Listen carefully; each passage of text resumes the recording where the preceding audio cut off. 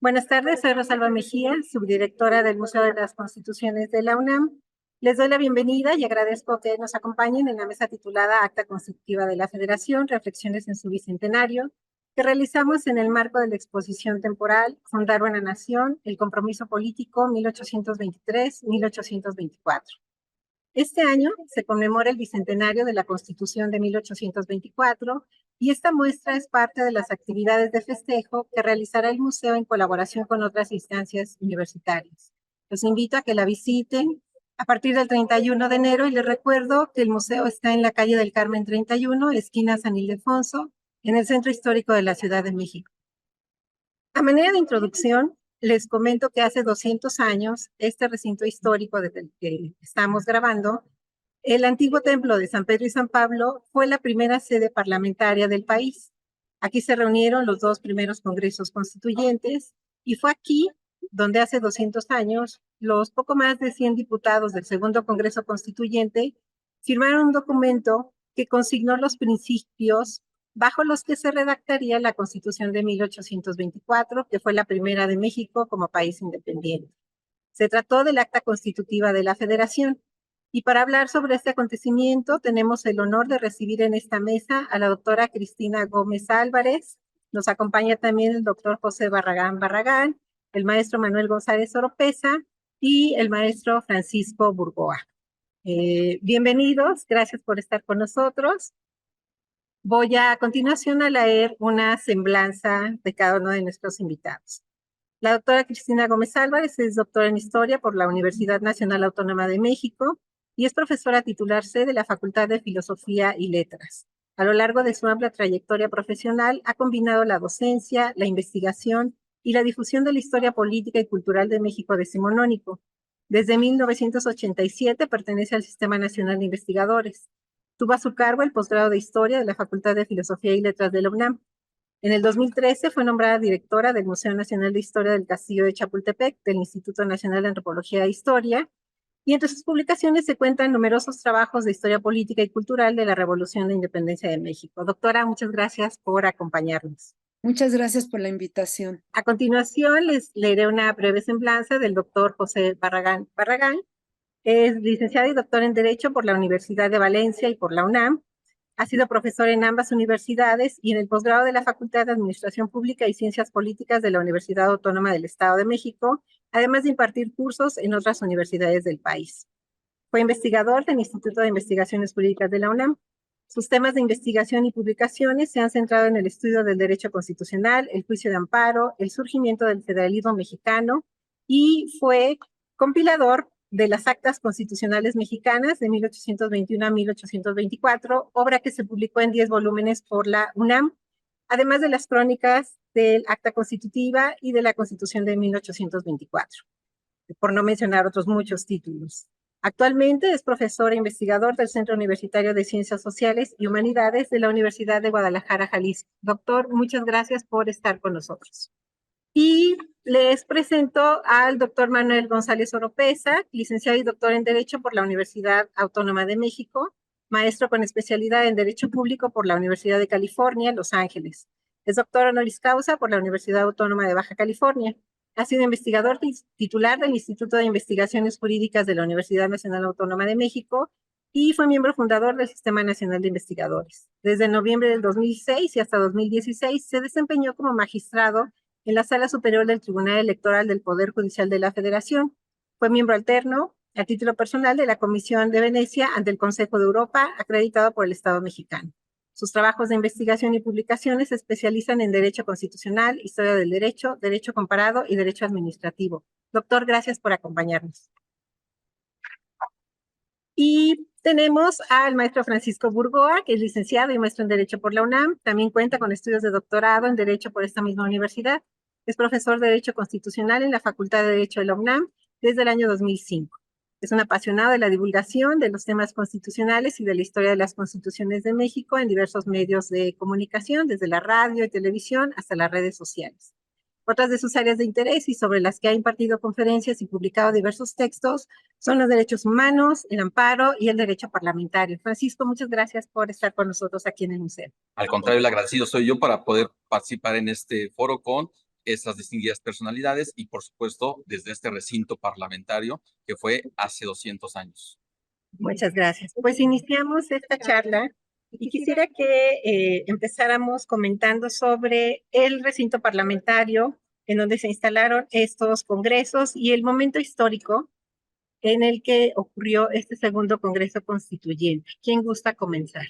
Bueno, si me permiten, Claro. haré unas breves palabras sobre la iglesia de San Pedro y San Pablo, que es parte del patrimonio universitario desde 1910 legalmente y que ha tenido una vida azarosa, no solamente como iglesia, como congreso, sino también ha tenido otros destinos en donde los autores universitarios se refieren que también hubo un centro nocturno ahí en la planta baja de la iglesia y bueno, albergó posteriormente, y yo recuerdo muy bien, la Hemeroteca Nacional de la universidad. Ahí en esos muros estaba todo el acervo documental de los periódicos, entre ellos pues, diarios de debates y periódicos de gran importancia para México, que después fueron mudados a la ciudad universitaria.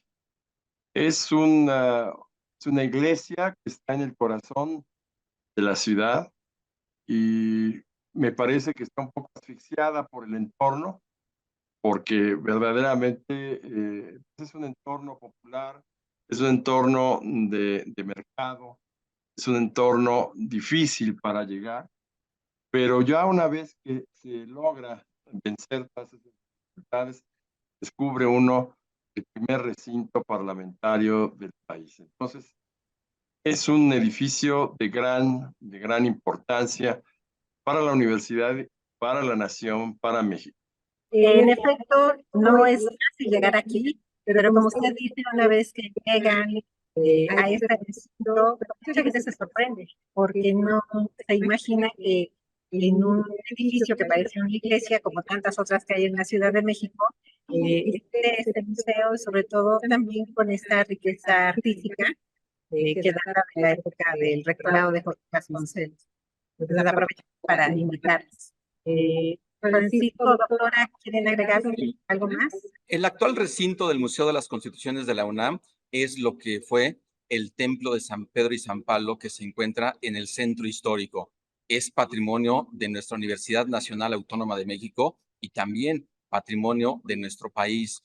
El poder visitar este museo en donde podemos nosotros conocer la historia constitucional en la exposición permanente que tiene, es adentrarnos a todos estos documentos de gran importancia en las distintas etapas que ha tenido nuestro país, tanto previo a la consumación de la independencia como posterior a la consumación de la independencia. En las paredes de este recinto del Museo de las Constituciones, un 31 de enero de 1824 se aprobó el Acta Constitutiva de la Federación Mexicana, en donde se fundaron las bases de la forma de gobierno, la forma de Estado de nuestro país, que perviven hasta la Constitución de 1917 vigente. Me refiero especialmente a una república representativa, democrática, federal. Es el federalismo en donde nace como una forma de Estado en nuestro país, ya en el México independiente. El poder nosotros conocer este recinto es adentrarnos a esta historia de nuestro país, a esta historia de México y sobre todo a esta historia constitucional. Es poder conocer y adentrarnos a quienes estuvieron aquí hace 200 años, personalidades como a quien se le considera el padre del federalismo, Miguel Ramos Arizpe. Tenemos también a Fray Servando Teresa de Mier, Valentín Gómez Farías, distintas personalidades, también incluyen, por ejemplo, a Manuel Crescencio Rejón. El poder nosotros conocer el pensamiento de estos constituyentes de hace 200 años nos permite comprender la necesidad que se tenía de poder unir a través de un pacto a todas las provincias que de alguna forma se sentían un tanto desunidas después de la caída del imperio de Iturbide. el poder adentrarnos a lo que fueron estas ideas de estos constituyentes es conocer cómo se fue gestando todo lo que es nuestra historia constitucional ya en el México independiente. Muchas gracias, Francisco. Doctora. Bueno, es poco lo que se puede agregar. Bueno, primero reitero mi agradecimiento a la invitación, a Rosalba Mejía y al doctor Estrada Michel. Me da mucho gusto estar aquí porque estoy con tres constitucionalistas muy importantes, y para nosotros que somos historiadores, siempre es importante este diálogo entre historiadores y constitucionalistas cuando estamos hablando de una Carta Magna, y pocas veces se da el diálogo, la verdad.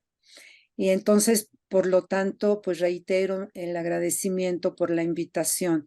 Creo que sobre el recinto hay poco que agregar, ya lo dijeron los dos compañeros que hablaron antes que yo, lo fundamental. Simplemente decirle a nuestros escuchas que en aquella época, en todo el mundo, digamos, ibérico, ¿no? O español, justamente se usaban los templos de las iglesias como primeros recintos parlamentarios, porque no había edificios tan grandes que pudieran albergar a 100 a 200 legisladores.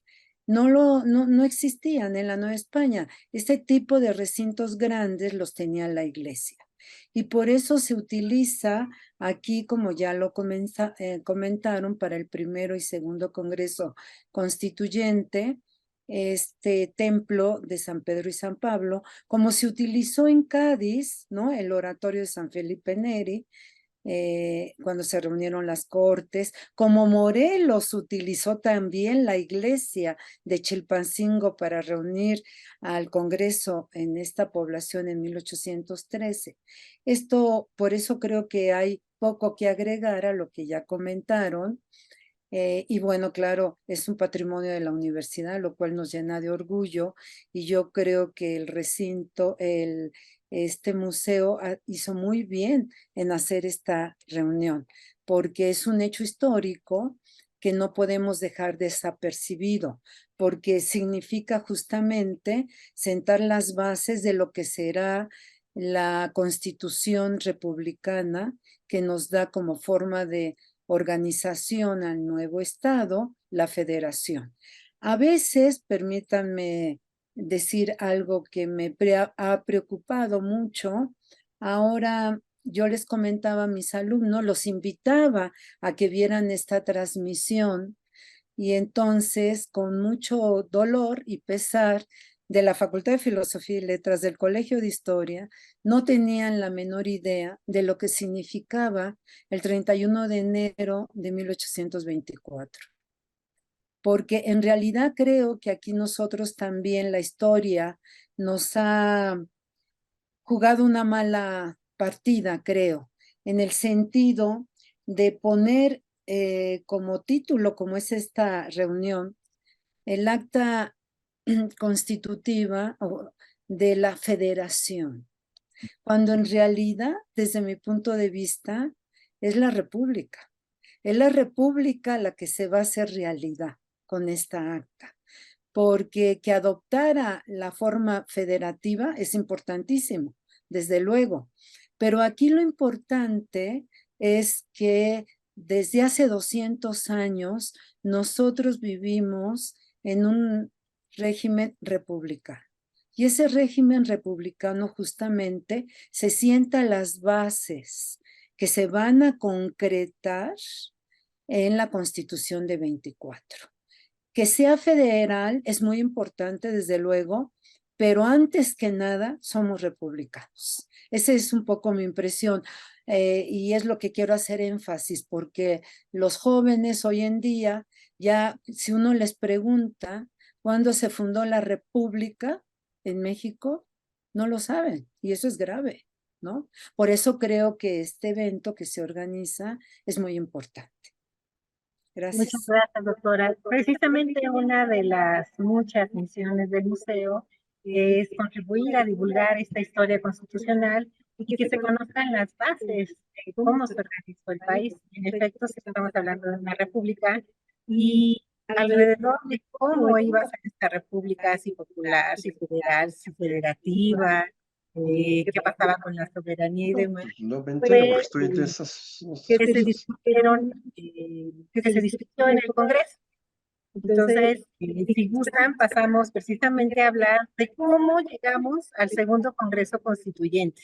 En términos generales, cuéntenos de qué se discutió y por qué no se pudieron esperar hasta que terminara la Constitución para hablar de cómo se iba a organizar el país y que fue necesario entonces publicaran estos principios básicos en un acta. ¿Quién nos puede comentar? Bueno, de los libros del doctor Barragán, que espero que no se haya retirado de la sesión, se desprende que la presión de las diputaciones provinciales en las entidades federativas por adoptar un sistema federal era muy fuerte, tan pronto como empezamos a organizarnos bajo un Congreso Constituyente. Entonces, había incertidumbre sobre si en ese Congreso Constituyente iba a haber una sorpresa para las provincias o los estados, que finalmente la independencia del país fue lograda por los estados, las provincias, no fue logrado por la Ciudad de México, por el asiento virreinal, fue logrado por los estados y en consecuencia eran los estados los que tenían un derecho del tanto, como se dice jurídicamente, para definir cuál era la forma de gobierno. Por eso, sin tener todavía los detalles de un esquema de gobierno en cuanto a los poderes que iba a tener federales, era necesario que hubiera un acuerdo en lo fundamental para que se adoptara la forma republicana de gobierno federal que adoptamos en el acta constitutiva. Esa es la gran importancia del acta y yo creo que el acta en ese sentido eclipsa a la Constitución de 1824 porque la Constitución realmente es complementaria del acta y la Constitución se refiere a la distribución de poderes, al refinamiento de las facultades federales y provinciales, pero es el acta la que define sustancialmente a nuestro país y por eso era necesario que de antemano el Congreso Constituyente aclarara el asunto de que México sería una república federal. Muchas gracias. ¿Algo más que agregar, doctora Francisca? Sí, yo tengo una visión un poco distinta a la del doctor, un poco distinta porque me parece que la pregunta que usted hace es muy buena, Rosalba, la verdad. Esos años de 22, 23 fueron fundamentales para poder entender justamente el acta constitutiva de 24 y la Constitución, porque hay que recordarle al público, porque luego no lo tienen presente, no tienen por qué tenerlo presente, que México acababa de obtener su independencia. Y el acuerdo para obtener la independencia de todos los sectores, las élites, los que hicieron el Plan de Iguala, era la monarquía constitucional como forma de organización del gobierno y del Estado que se estaba creando, que estaba surgiendo. Como todo el mundo sabe, una característica, de la monarquía constitucional es que el rey ejerce el poder ejecutivo, un rey, ¿no? Por eso Iturbide llegó justamente al frente de esta monarquía constitucional mexicana, porque los reyes españoles, el rey español Fernando VII declinó esta invitación. Entonces, en ese momento, cuando hay monarquía constitucional y que se convoca al primer congreso, por eso tenemos dos congresos, que en realidad es uno, nada más desde mi punto de vista, porque el primer congreso ni hizo constitución, ni hizo nada. No hizo una carta magna, ¿no? Bueno, ese primer congreso iba a ser una constitución en el modelo de monarquía constitucional, porque era el acuerdo, ¿no?, que se tenía. Bueno, pero ¿qué es lo que sucede? Aquí viene mi discrepancia un poquito, o matiz más bien. ¿Qué es lo que sucede? Que en la otrora Nueva España había proyectos republicanos. El primero fue el de Morelos y el Congreso de Chilpancingo y la Constitución de Apatzingán. Ahí está nuestro origen como mexicanos. Ese es mi punto de vista. Segundo, en el imperio de Iturbide había muchísimos republicanos, encabezados por el padre Mier, pero no solamente, diputados, militares. Que Mier, ¿por qué clausuró el Congreso Iturbide? ¿No?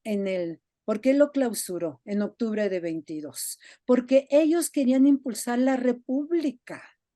Por eso lo clausuró el Congreso y todos se fueron a la cárcel.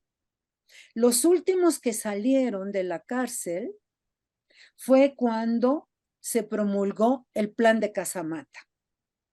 Y el plan de Casamata, justamente en el 23, logró reunir a todos los sectores más importantes en ese momento con una idea fundamental. Y la idea fue la República Federal. Efectivamente, nosotros hemos heredado una interpretación que yo no comparto al 100%, de una estadounidense, Nettie Lee Benson, que hace muchísimos años escribió un libro que se llama La Diputación Provincial y el Federalismo Mexicano, en donde ella dice que el origen de nuestra república son las diputaciones provinciales. Esta idea, junto con la idea de que hay ahora, va en el sentido de que nosotros aquí, de este lado del Atlántico, no somos capaces de diseñar nuestros propios proyectos constitucionales y entonces todo viene de fuera porque no pensamos. Yo creo que las diputaciones provinciales fueron importantes, efectivamente, tan importantes que fue el hecho de que no se llevaran a la práctica en 20, cuando se restablece la Constitución de Cádiz en 1820 en la Nueva España, no se llevan a la práctica su fundación en cada provincia. Eso lleva a las oligarquías criollas, que son las provincias, son las oligarquías criollas, a estar de acuerdo con el Plan de Iguala, porque ellos querían su autonomía regional.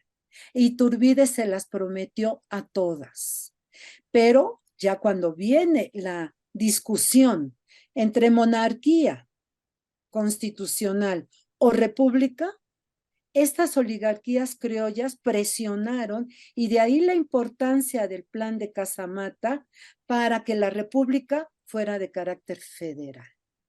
Si no, se iban a desprender algunas de ellas del territorio en ese momento ya nacional. Entonces, justamente por eso se tiene que hacer el acta constitutiva, porque el acta constitutiva de la federación es el acuerdo político básico de crear una república popular, representativa y federal. Si no se hace ese acuerdo, aquí había tendencias monarquistas que después salen. Todo el siglo XIX hubo tendencias de monarquismo constitucional. Tuvimos a Maximiliano. Entonces, por eso se hace el acta constitutiva. Ahora, ese era acuerdo básico que le permitió al segundo Congreso elaborar ya con calma la Constitución Federal. Esa es mi interpretación. Por eso creo que tu pregunta, Rosalba, es muy importante, porque 22 finales y principios del 23 fue clave para que se llegara al año siguiente al acta constitutiva. Claro que sí, muchas gracias. Y sin duda no hay que perder de vista que estos grupos criollos, desde estos años, tenían este interés por una república y sobre todo que esos congresos constituyentes no tenían una representación de toda la población como ahora se nos hace tan normal, ¿no? Quienes llegaban a formar parte de esos constituyentes, quienes vertían sus opiniones y tomaban decisiones, eran solo los miembros de estos grupos criollos, la mayoría de ellos. Eso también es importante destacar. Francisco. Quiero destacar lo que comentaba la historiadora Cristina Gómez hace unos momentos, porque es muy importante para poder comprender el contexto histórico previo o lo que rodea o lo que desemboca a un documento fundamental, como es precisamente el Acta Constitutiva de la Federación. Si luego nosotros como abogados únicamente revisamos el documento, pues vamos a perder de vista el contexto histórico, que es importantísimo. Entonces, de verdad, yo destaco estas palabras, que estoy totalmente de acuerdo, en ir de la mano en el estudio de estos procesos que van a ir constituyendo las bases de la nación mexicana.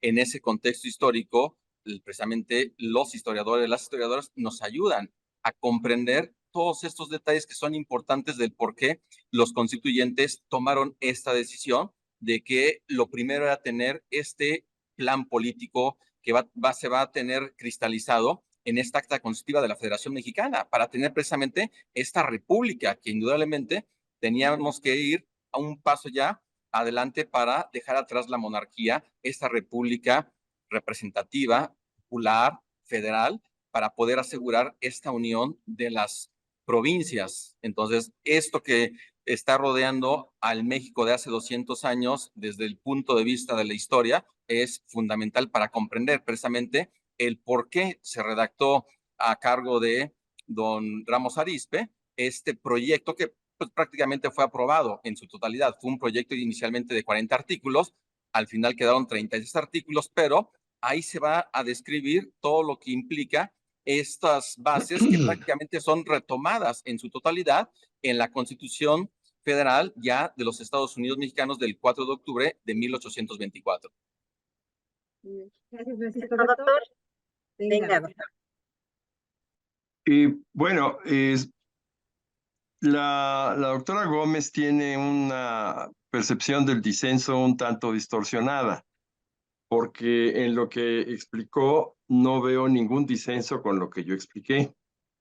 Pero lo que sí cometió fue una falta de apreciación en criticar el trabajo de Nettie Lee Benson, que no por ser americana está descalificada de tener aportaciones. Máxime, conocer la tesis de Nettie Lee Benson es conocer la tesis de Antonio Martínez Valls, un distinguido constitucionalista, historiador mexicano, porque don Antonio le dirigió la tesis de doctorado en historia a Nettie Lee Benson.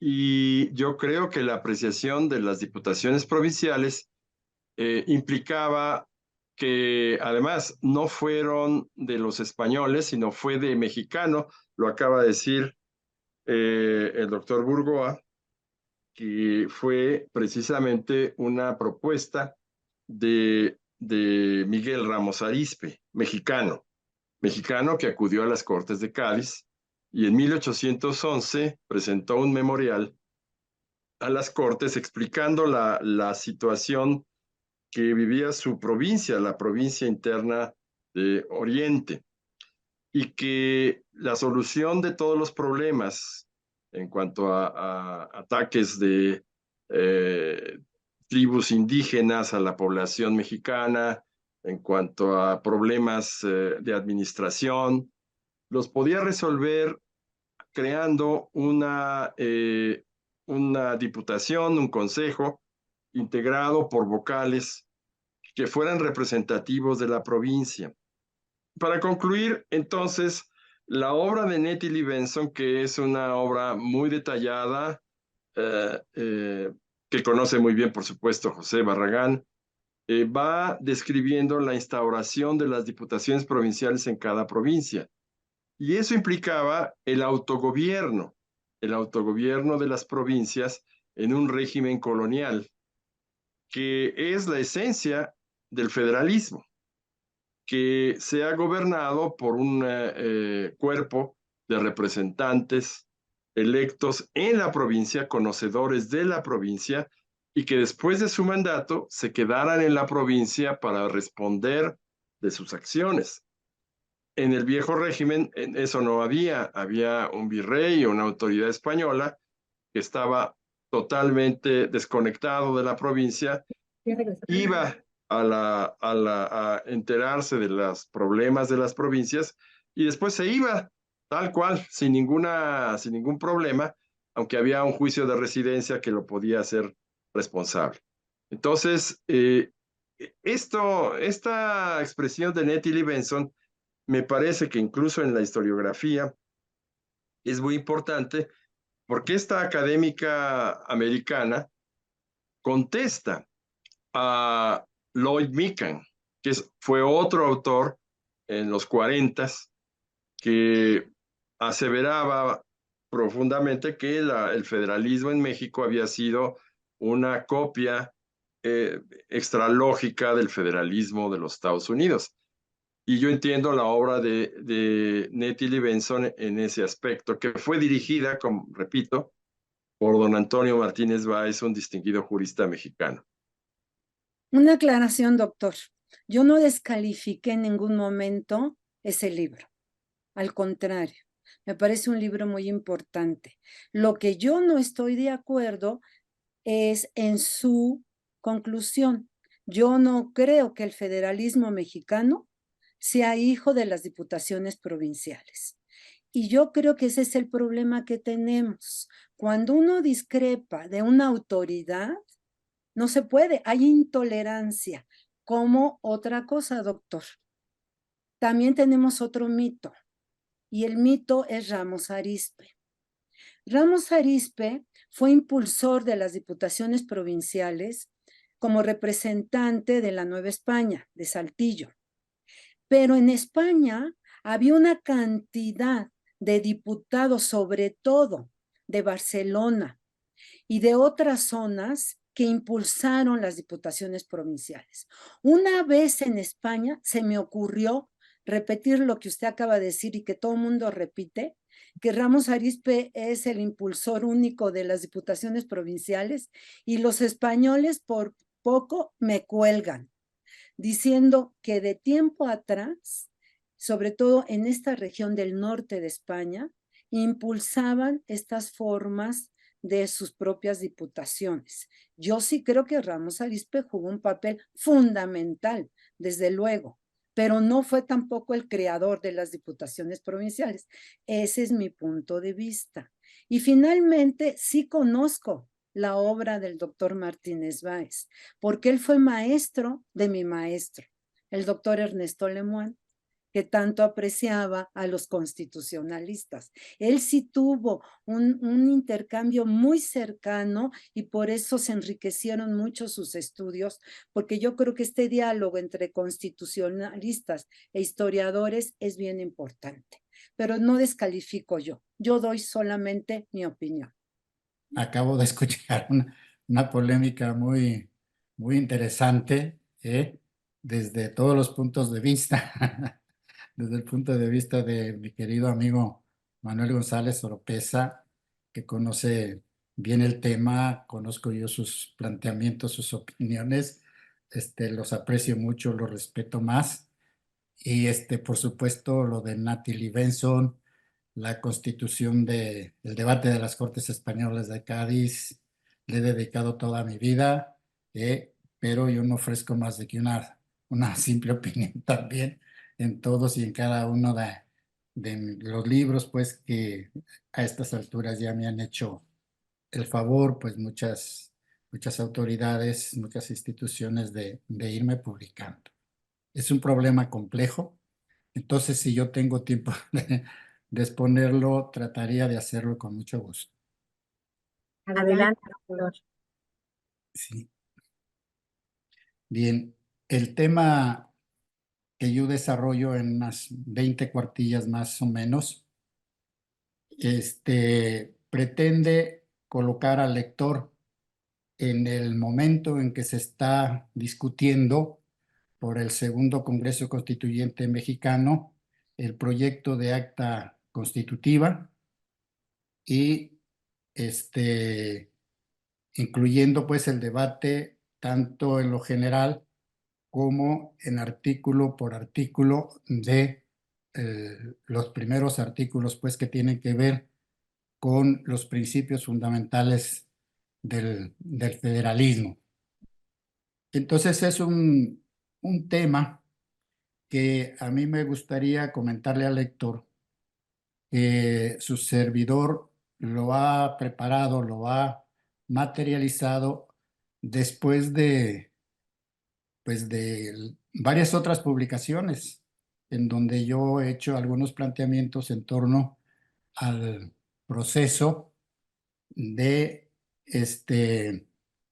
a los procesos de insurgencia de las colonias americanas, tratando de explicar ahí los hechos. Para mí los hechos son importantísimos y son determinantes del federalismo mexicano. El federalismo mexicano es una cuestión de hechos, más allá de opiniones, y es mi opinión, pues, son hechos. El hecho fundamental, pues, es la invasión de Napoleón sobre la península ibérica, y es la ocupación material de sus ejércitos de Madrid y otras poblaciones del norte de la península. Y el segundo hecho, pues, es la abdicación de los reyes españoles, ¿sí?, a los derechos del trono a favor del hermano de Napoleón. Sí, estos hechos son hechos absolutamente grandiosos. Para España, la revolución de su independencia, de acuerdo, pues, a los historiadores principales que han estudiado este periodo, pues es el hecho más importante de su historia moderna, así de sencillo. ¿Por qué? Bueno, pues porque fue ocupada por Francia, algo raro en la historia del Imperio Español, ¿eh? Y porque sus propios reyes renunciaron a los derechos de la corona.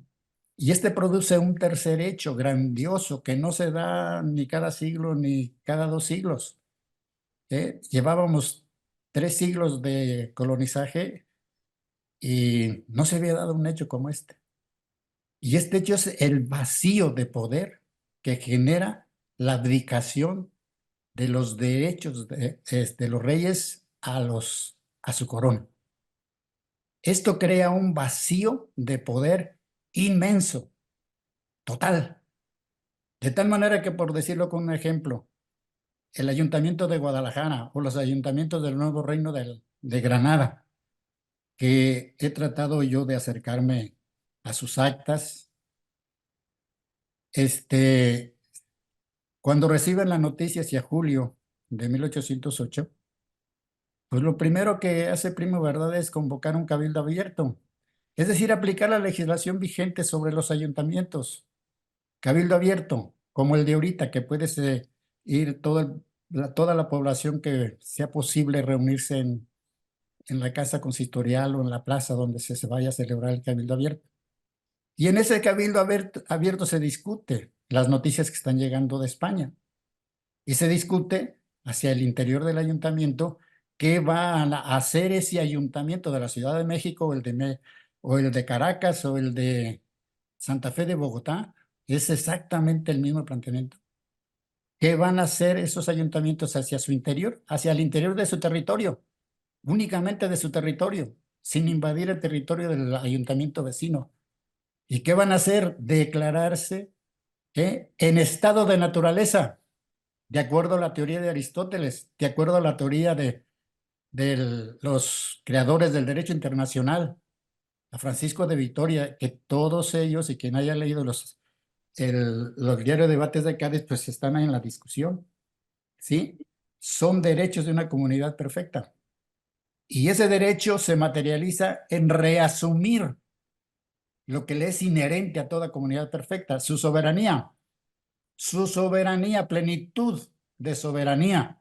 Y una soberanía que consiste única y exclusivamente en la capacidad que tiene una comunidad perfecta, como esos ayuntamientos, para declararse repúblicas libres, independientes y soberanas. Y poco después para darse sus constituciones. Hay muchas constituciones municipalistas, hay muchas constituciones provinciales y, desde luego, nacionales, y aún bajo la forma de federación, particularmente en la parte que va, pues, de México, Centroamérica, y toda esa zona del antiguo reino de la Nueva Granada, que pasan por estas etapas. En México, lamentablemente, sí, no hay consumación de las Fuerzas Armadas de Morelos y de insurgentes. Son vencidas, son muertos los héroes nacionales, salvo muchos de ellos que logran escapar a la persecución. ¿Y saben de quién? De don Agustín de Iturbide, el hombre que confiesa su memoria escrita en Londres en 1824, que había ido a visitar a Hidalgo, que él, Hidalgo, le había ofrecido la faja de teniente y él había rechazado porque consideraba que el cura pues no tenía ni idea de lo que quería hacer. En mis palabras, pues. Y dice desde esa memoria, 1824 de Londres, que había salido a matar a los insurgentes, dice, y aún ahora si retrogradásemos el tiempo, los volvería a asesinar. Bueno, el Banco de México celebró la independencia del Plan de Iguala, que es una ignominia para, pues, el grupo insurgente.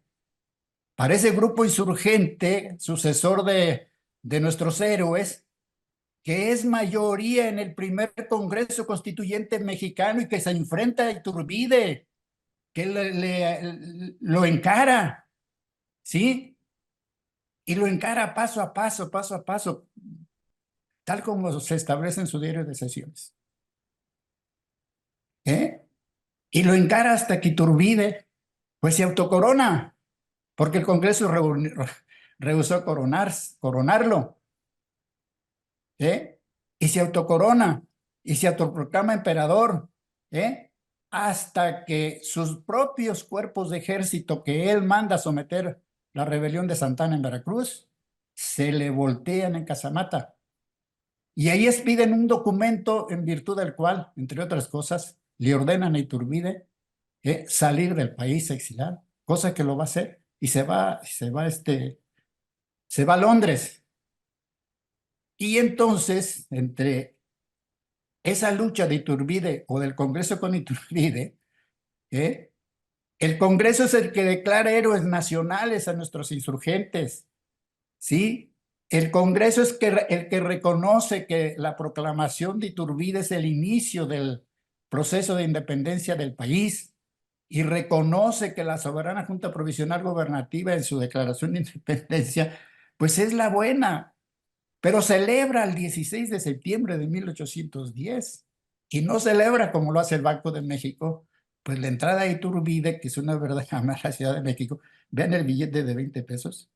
¿Sí? ¿Por qué? Porque Iturbide sí declara la independencia de su plan de Iguala. Sí, pero acto seguido, renglón seguido, artículo inmediato, le ofrece a ese imperio que él quiere formar al propio Fernando VII, algún familiar de su corona. ¿Sí? Eso no es algo que tenga que ver con el proceso de la independencia de México. Y es ahí en Casamata, en esa rebelión, donde empiezan los hechos que generan el proceso de independencia de cada uno de los estados. Son hechos, no es opinión, con todo el cariño y respeto a la maestra Natalie Benson. Ella no ha estudiado estos hechos en el detalle, como lo expresa Manuel. Hace una excelente presentación, pero se queda en eso, de lo que son las diputaciones. ¿Sí? Pero no nos narra lo que hacen esas diputaciones ya como hechos. Cada una de ellas, tal vez empezando por la de Jalisco, porque en la opinión de la Diputación de Oaxaca, pues es la primera, ¿sí? Que ante la traición del emperador, pues igual le niega que hubo esa primera subordinación, la segunda subordinación, la tercera. Es igualmente la Diputación de Guadalajara, dice que ha entrado en estado de naturaleza hacia mediados de 1823, ¿sí? Y por si hubiera duda, cuando se reinstala el Congreso y está discutiendo el proyecto de acta constitutiva emite una ley para que aquellas diputaciones provinciales que no se hubieran constituido en estados libres, independientes y soberanos, lo hicieran. Y así lo hicieron. De manera que ese Congreso tiene una doble representación. Para el acta constitutiva son todos delegados. Todos los representantes son delegados de los ya estados libres y soberanos, por virtud de la misma voluntad del Congreso, por esa ley. Y en consecuencia, estos delegados van a firmar el acta constitutiva exactamente como lo que son delegados de estados libres, independientes y soberanos. Ese es un hecho. No se puede discutir porque es un hecho y hay que conocerlo. Yo estoy tratando de expresarles lo que yo conozco. No significa que lo conozca mejor que otros. No, no. Estoy expresando lo que conozco. Y está ahí. Y están publicadas las crónicas de ese debate. No hay libro oficial del diario de sesiones de ese periodo, ¿sí? Completo. O sea, todos y cada uno de los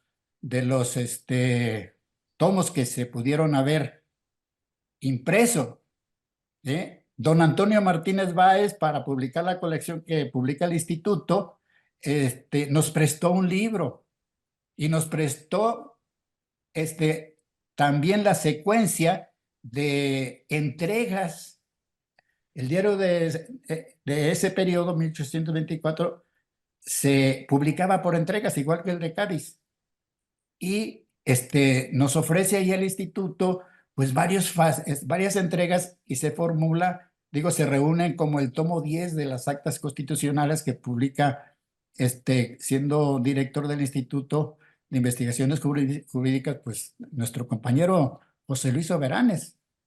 Entonces, ahí está los libros oficiales, pero hay que completar la crónica de la discusión de la acta y de la Constitución con la publicación que hacía de las actas del Congreso, tanto el periódico Águila Mexicana como Sol, ¿sí?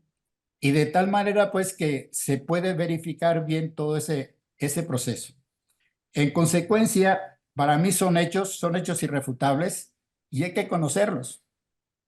Y esos hechos de cómo quieren que sea el federalismo mexicano, estos estados libres, independientes y soberanos, son 19, se discute ahí y ahí está el debate. ¿Qué es lo que nos ha pasado luego a nosotros? Y esta es una opinión ya diferente y personal. Que los problemas que ahorita estamos comentando se plantearon en ese debate. Y en ese debate quedaron resueltos con toda certeza porque hay votación nominal. Y está expresada la opinión de cada quien de manera que se puede identificar perfectamente qué pensaba Teresa de Mier, qué pensaba los delegados de Jalisco, qué pensaba cada uno de ellos, los delegados del Estado de México, por ejemplo, y Puebla, que se opusieron siempre al federalismo. ¿Hasta cuándo? Pues hasta que el propio Congreso los obligó a que se transformaran en estados libres, independientes y soberanos, y así lo hicieron. Pero quedó resuelto el problema ahí. ¿Qué es lo que nos ocurre a nosotros? Ya digamos en términos generales y académicos. Que nosotros, y empiezo por mi persona, mantenemos la discusión y no hemos resuelto nuestros problemas de ese federalismo. ¿Por qué? Porque el acta y todos los documentos de ese periodo a nivel continental que hablan del federalismo, todos lo consideran forma de gobierno. En cambio, la mayoría de nosotros o de nuestros compañeros, la inmensa mayoría, lo consideran forma de Estado. Cuando la Constitución dice vigente y todas las anteriores, y la acta, por supuesto, dice que es forma de gobierno. Entonces nosotros seguimos peleándonos y discutiendo, pues si es forma de Estado o es forma de gobierno, y de si es una imitación de lo de Estados Unidos. Es algo que en el debate se plantea y lo plantea un representante de San Luis Potosí. Ahí lo repite él. México estando Unidos se separaba por el federalismo, y que los Estados Unidos, estando separados, pues se unieron por el federalismo. Son historias diferentes. En cuanto a hechos, nada tiene que ver lo norteamericano con el proceso mexicano. En cuanto a hechos. Y hay que conocer los hechos nada más. Nosotros seguimos todavía, pues en ese debate. El capítulo primero del título segundo de la Constitución actual vigente habla, el epígrafe del artículo es de la soberanía y de la forma de gobierno. La soberanía se define en el 49 como ¿qué? Como la capacidad que tiene el pueblo mexicano de autogobernarse o de volverse a dar una constitución. Esa es la soberanía. No es poder, no es nada de las cosas que ahorita están pasando en el mundo, de esa dominación de unos estados contra otros y unas guerras contra otras. No, es la capacidad que tiene un pueblo para autogobernarse, exactamente lo que dijo Aristóteles, es exactamente lo que han dicho los autores de la Escuela Jurídica Española, y es el debate de las Cortes de Cádiz, y es el debate que está, perdón, es la constancia que está en todas y cada una de las actas, en esta del Ayuntamiento de la Ciudad de México en 1808, ¿sí? Y las demás que se han recopilado en el Reino de la Nueva Granada, o sea, los autores que han venido celebrando el Bicentenario, ahí están en esas actas. De manera entonces que viene luego el artículo 40 y dice que es voluntad del pueblo mexicano constituirse bajo la forma de república representativa tal, federal. Lo federal es forma de gobierno, punto. ¿Y qué es forma de gobierno? Pues es algo diferente a considerar que lo federal sea Estado, porque entonces en México tenemos el Estado federal y tenemos los estados locales, ¿sí? Y el Estado federal, pues ¿qué seríamos entonces los mexicanos federalistas? Porque el Estado, los elementos pues, son población, es territorio, es gobierno, es soberanía. Y el artículo 42, 41, perdón, establece la división de poderes en una y otra área junto con desarrollando lo dispuesto en el 40, y luego después, en el 42 se dice lo que comprende el territorio de los Estados Unidos mexicanos, del Estado, de la nación, y dice a las partes integrantes de la federación. ¿Qué cosa es la federación entonces de acuerdo a ese artículo ahorita vigente? Es algo espiritual, algo político, algo que lo que integra es un pacto, el mismo de 1831, perdón, 1824, me equivoqué, 31 de enero de 1824, quiero decirlo mejor. Es el mismo, eso es lo que integra. ¿Y qué dice el tercero ahorita en vigor?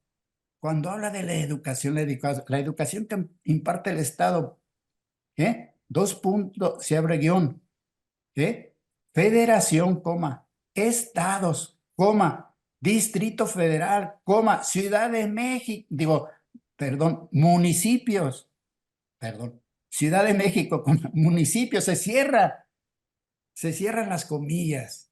Entonces, lo que es el Estado comprende lo que es la federación, que es una forma de gobierno, es decir, un pacto que tiene voluntad, por supuesto que sí, voluntad propia, y pues lo que son los estados, incluyendo a los municipios. De manera entonces que no puede decirse que México sea, que lo federal en México sea una forma de Estado, ¿sí? Y no es mi opinión, porque pues está en la Constitución, y está en todas las constituciones anteriores, y están en todos los documentos, de carácter federalista de Centroamérica, y así lo intentaron también varias provincias de lo que ahora es Colombia, Ecuador, Venezuela y todo eso. De verdad que ese es el planteamiento que yo quería rescatarles a ustedes. Y luego tenía un comentario después pues, para decirle que como seguimos nosotros en esa discusión sin ponernos de acuerdo, o más bien, ¿cómo le diré? No queremos leer bien lo que dice la Constitución. Pues resulta que el ideal del Estado constitucional de derecho que nace con el movimiento insurgente, que se va perfeccionando con los sentimientos de la nación, con los escritos de Rayón, con la Constitución de la América Mexicana del 1814, con estas constituciones de nosotros y de todas las naciones latinoamericanas, es un ideal de un Estado constitucional de derecho, que es diferente al Estado constitucional europeo. En serio, es muy diferente. ¿Por qué? Porque nacen de manera diferente. El origen es diferente. La soberanía para nuestros pueblos americanos es capacidad de autogobernarse. Para ellos no, para ellos es dominación, imperio, sometimiento por fuerzas y cosas de esas. Es otra cosa. Para algunos autores, inclusive europeos, la soberanía popular no existe. ¿Por qué? Porque tienen una concepción distinta de carácter histórico también, pero es diferente a este proceso de soberanía. Y el ideal que se encuentra en las actas de los municipios es el mismo que está consagrado en la Convención Americana de 1969, en el preámbulo, cuando dice que estableciendo que para alcanzar el ideal del ser humano libre, ¿sí?, de el temor y la miseria, se comprometen a crear las condiciones absolutamente indispensables y necesarias para el goce y disfrute de todos los derechos políticos, culturales, económicos, sociales, todos los derechos humanos. ¿Sí? Y eso es lo hermoso. Pero es ideal para nosotros desde el primer momento, pues lo hemos arrastrado en crisis. ¿Por qué? Y lo voy a decir muy rápido, perdón por el tiempo. ¿Por qué? Porque se pasaron todo el siglo XIX peleándose los generales por la silla presidencial. Sí, lean la vida de Mariano Otero y verán todas las presidencias, los cambios presidenciales que le tocó vivir en 33 años. Lean simplemente el número de presidentes que ha tenido México. Y digamos, si sobrevino la Constitución del 57 con los problemas de si entraba o no entraba en vigor, y pues el gobierno de Porfirio Díaz, donde pues sí, no hay cambio, no hay pleitos porque es el hombro fuerte de ahí. Pero luego vino la Revolución Mexicana y vino la Asamblea Constituyente de 1917, y los constituyentes no aceptaron dos artículos claves del constitucionalismo mexicano: libertad plena de educación y libertad plena de creencias religiosas.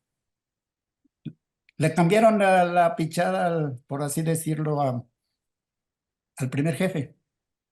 Y bueno, sobrevino luego la guerra de los cristeros y sobrevinieron otra vez la lucha por las presidencias, la misma que hemos nosotros todos, mis amigos de la mesa, por la edad, que nos ha tocado vivir, es la misma lucha.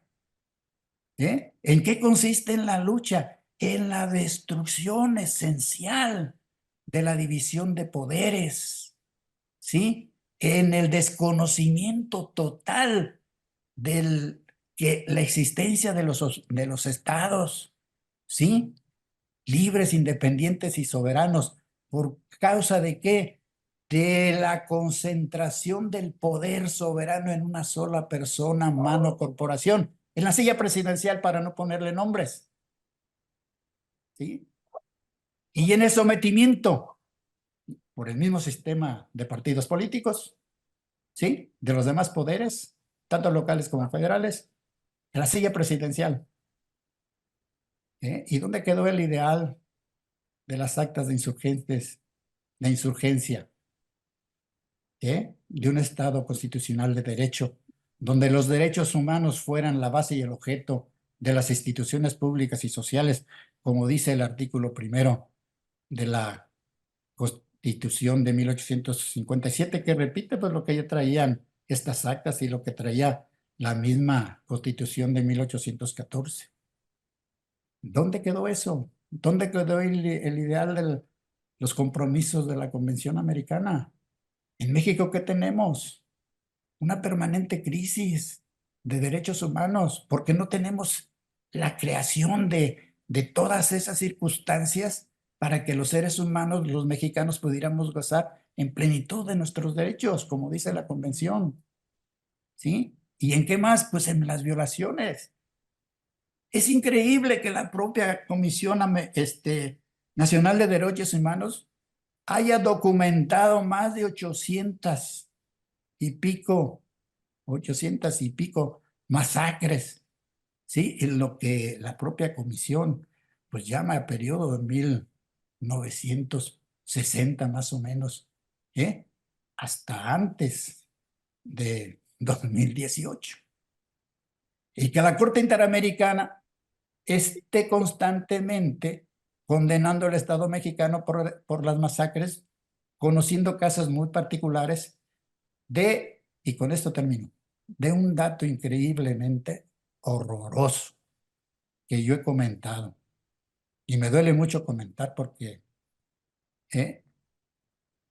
en donde la propia Suprema Corte de Justicia de la Nación, el 24 de noviembre del 2022, reconoce que existen confinados en la cárcel 29.595 personas por el efecto de la emisión de sentencias automáticas condenatorias de prisión preventiva, condenatorias.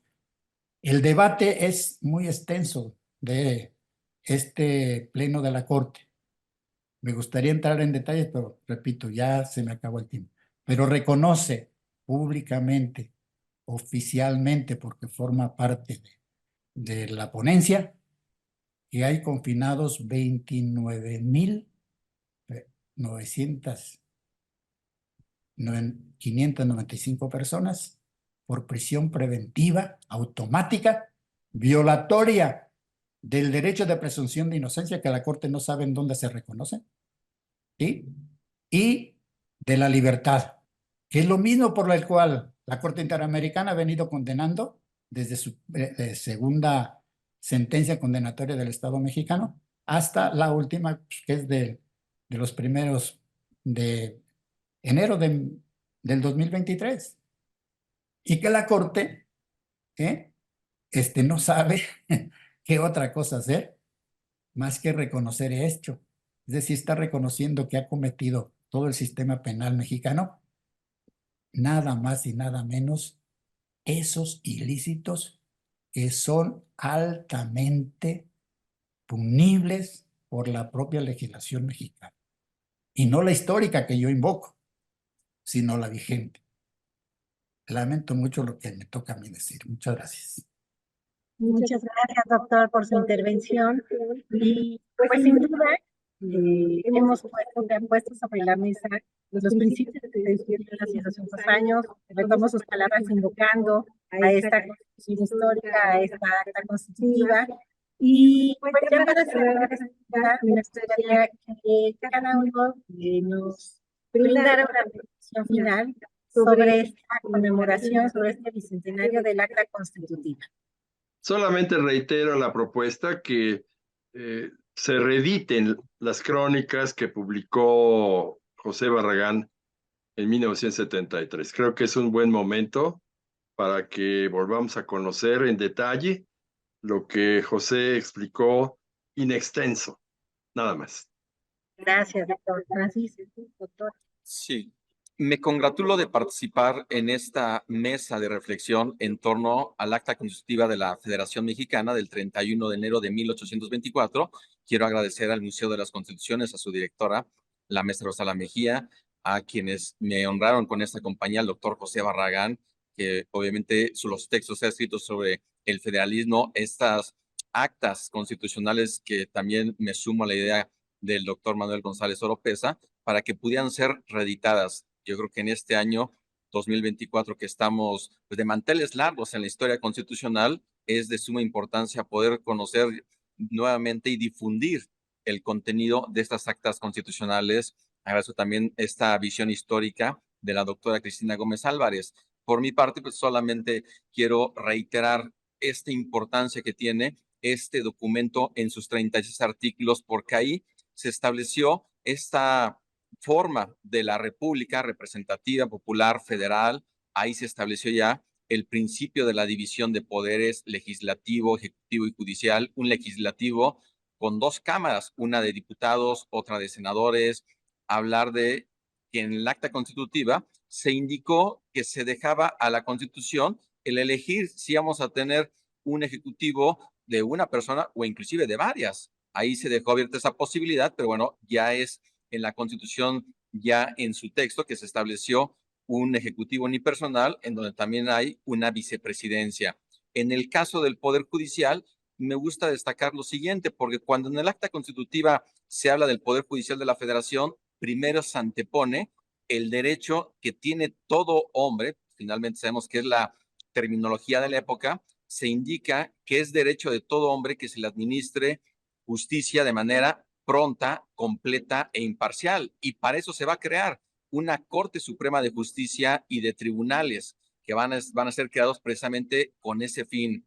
También en esta acta constitutiva se establece que la nación debe de estar creando leyes justas y sabias para proteger los derechos, que cuando luego se estudia el tema de los derechos humanos, hay quienes dicen es que la Constitución de 1824, obviamente en conjunto con el acta constitutiva, nos quedó a deber en materia de derechos humanos, como se hizo posteriormente, por ejemplo, en las 7 bases constitucionales, en la primera de las constituciones centralistas. Pero sí es importante destacar que en materia de derechos del hombre y del ciudadano, sí se contempló dentro del acta constitutiva y también de la Constitución. En esta acta constitutiva también se habló de la libertad de poder escribir, de poder difundir las ideas, que obviamente también lo va a incorporar dentro de la Constitución Federal ya de los Estados Unidos mexicanos. Estos principios fundamentales que perviven o pervivieron en la Constitución del 24 también van a continuar en la del 57 y en esta Constitución de 1917 vigente. Por mi parte, solamente invito para que todas las personas acudan al recinto parlamentario que albergó precisamente este primer Congreso Constituyente ya en el México independiente, ya que tuvo producto que podemos conocer en el acta constitutiva y en la Constitución Federal, en lo que es hoy el Museo de las Constituciones de la UNAM. Es una visita obligada para que si quieran conocer más de nuestra historia constitucional, a partir de toda la museografía interactiva que ofrece el Museo de las Constituciones de la UNAM. Por mi parte, aquí dejo mi intervención, reiterando mi agradecimiento de poder haber participado en este acto conmemorativo del bicentenario del Acta Constitutiva de la Federación Mexicana del 31 de enero de 1824. Muchas gracias, Francisco. Y doctora, le doy la palabra para seguir enriqueciendo esta mesa de reflexión y este diálogo entre historiadores y abogados constitucionalistas que hace posible que conozcamos más, que se siga analizando toda esta etapa de la historia y poder explicarle a la gente qué es lo que pasó en estos años fundamentales. Adelante.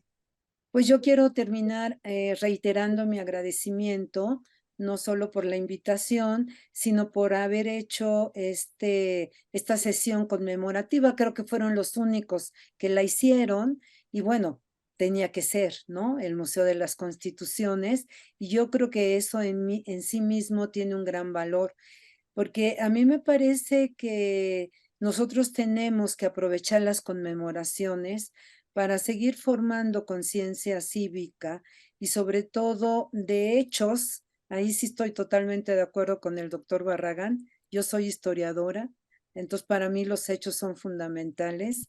Es fundamental el hecho de haber formado la República, el acuerdo fundamental de esta acta, porque es el sistema de gobierno en el cual vivimos actualmente y a veces no se sabe dónde nos hicimos republicanos, cómo desarrollamos el republicanismo. Yo creo que es uno de los privilegios que tiene nuestro país desde mi punto de vista y es justamente a la historia. Uno es su carácter republicano y el otro es su carácter laico, que de alguna manera también costó mucho trabajo construirlo.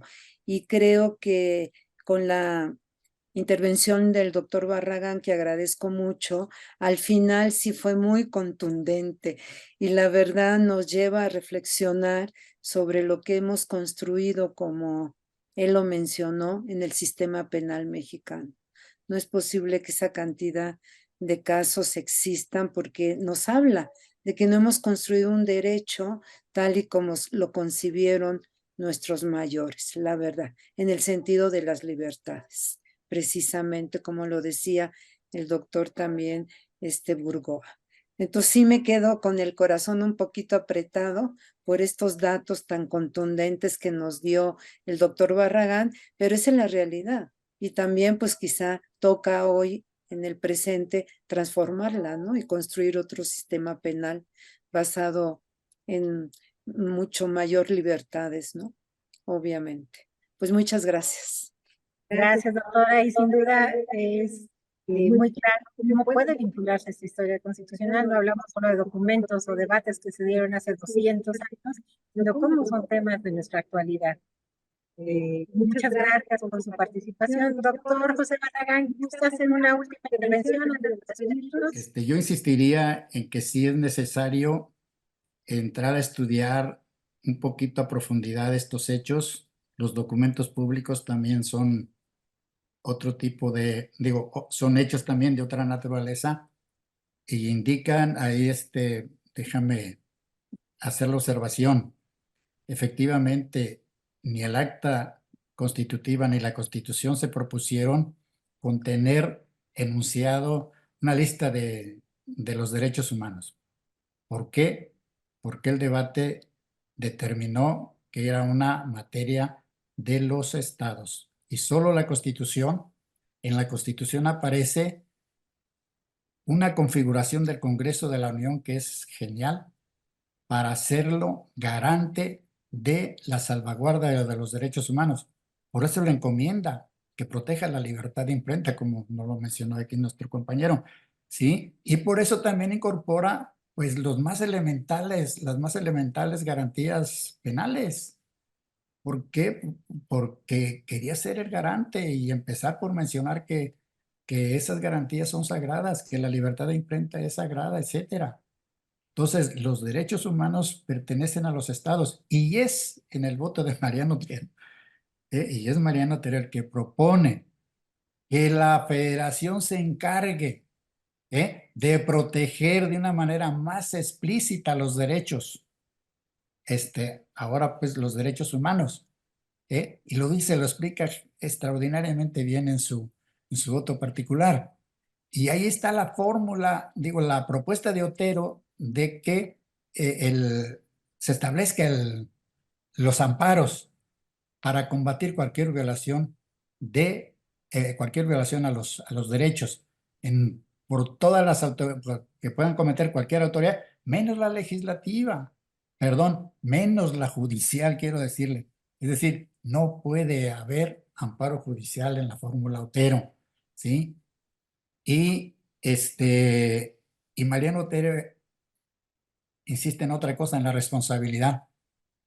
Déjenme decirle que desde la reforma de Porfirio Díaz de 24 de mayo de 1900, en este sagrado país, se violan todas las garantías posibles, habidas y por haber, y no hay una sola demanda, ¿sí?, de responsabilidad por efecto de esas violaciones. Ni una. Y en los juicios de amparo, que son de 1900 a la fecha, se suman millones, evidentemente se identifica la violación, se identifica al violador, pero nunca el Ministerio Público hace nada por castigar esa violación. Y lo debiera de hacer, claro que sí. ¿Por qué no lo hace? Porque es la herencia de Porfirio Díaz de esa reforma. Estudiémosla y verán. Es lo que tenemos ahorita. El Ministerio Público, y con esto termino otra vez, sí. Déjenme reírme porque tendría que llorar. El Ministerio, la política sobre la Procuración de Justicia la maneja la silla presidencial y la maneja en términos absolutos. Y es la política más importante de todas las políticas de todos los presidentes de 1900 a la fecha. ¿Sí?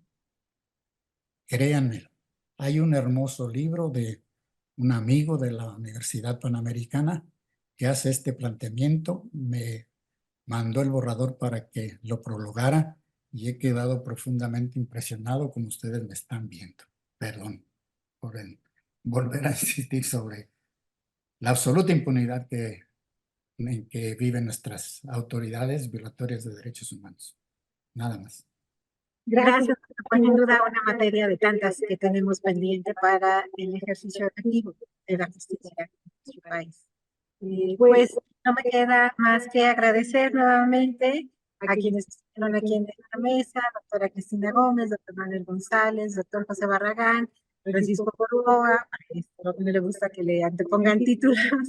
Muchísimas gracias por estar con nosotros para conmemorar este bicentenario del Acta Constitutiva de la Federación Mexicana como preludio de los festejos de la promulgación de la Constitución de 1824. Les agradezco mucho.